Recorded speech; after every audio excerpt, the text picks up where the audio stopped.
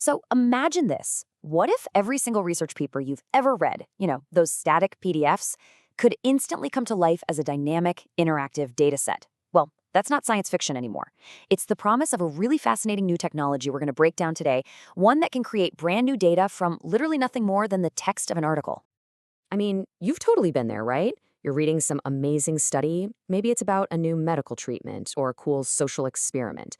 And you're thinking, man, if I could just get my hands on the raw data, I could test my own theories, I could see it from a different angle. But let's be honest, that almost never happens. And, there are some pretty good reasons for that. The original raw data is usually locked away. It's hidden behind these huge walls of patient privacy, or it's proprietary corporate info, or sometimes it's just way too complex and expensive to share with the public. There's a quote from the actual patent filing that really hits the nail on the head. This lack of access to data is a huge roadblock. It makes it harder to verify findings, it stops other researchers from building on new discoveries, and at the end of the day, it just keeps these incredible insights locked up. So what's the fix? Well, this first patent application we're looking at proposes something that's just beautifully simple. It's almost like a magic button for any research article you find. The idea is just so elegant. Picture this. You're on a publisher's website, you're looking at a new study, and right there, next to the usual download PDF button, there's a brand new icon. It says something like Access Synthetic Dataset. And all you have to do is click it. That's it. The moment you do, a really powerful AI system in the background just springs into action. It starts reading and, more importantly, understanding everything described in that paper. And what you get back is this clean, structured data set that looks and feels just like the real deal. It has all the right columns, like age or treatment group, and the data inside even follows the exact same statistical patterns that the scientists reported in the paper. Okay, now this is the crucial point. This is the big wow moment. The AI does all of this based only on the text, the tables, and the charts from the public article. It never, ever gets to see the original private patient data. It's creating something called synthetic data. It's like a statistically identical twin to the original data, but it's completely new and artificial. This completely sidesteps all those privacy and access problems. So, the big question is, how on earth does it actually pull this off? It sounds like magic, right? Well, let's take a quick peek inside the AI's brain to see how the process works. All right, so this flowchart from the patent shows the whole back-end process. And yeah, it might look a little complicated at first glance, but the core idea is really just a straightforward pipeline. It takes the article in one end, does its thing, and spits out a clean, usable data set on the other side. We can really boil that whole thing down into 4 main steps. First, the AI ingests the article. It basically just reads it.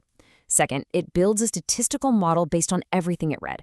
Third, it uses that model to generate brand new artificial data points from scratch.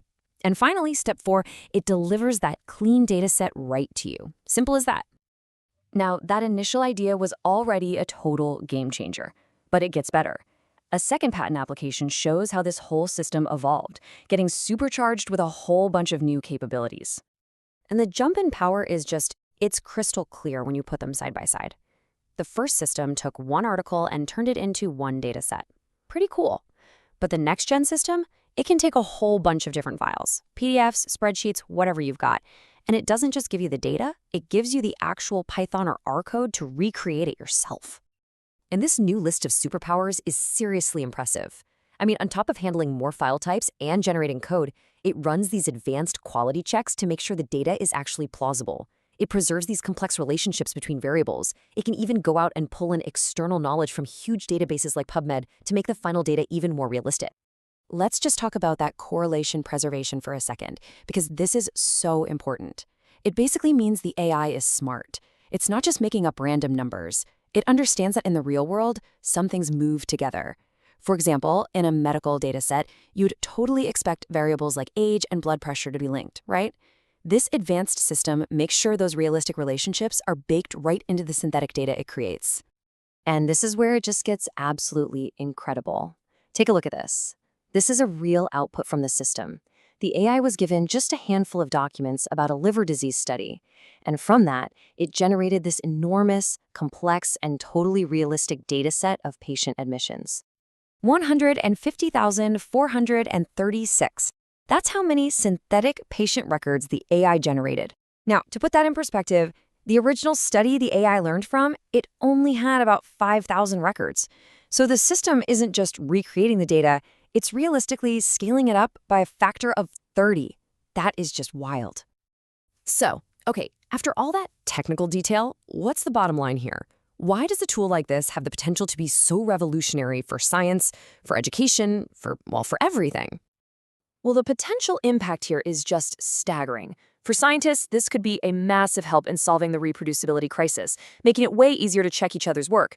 For innovators, it could accelerate research like crazy by giving them a rich, usable starting point. In education, you could create safe, anonymous datasets to train the next generation of data scientists and AI models. It really democratizes science, giving anyone the power to truly dig in and explore the data behind the headlines. And that really just leaves us with this one final amazing thought. For centuries, research has been trapped in these static documents. But if this technology really takes off, every single one of them could become a living, breathing, interactive dataset. So the question is, what new connections, what new discoveries are hiding out there in plain sight, just waiting for us to click that Get Data button?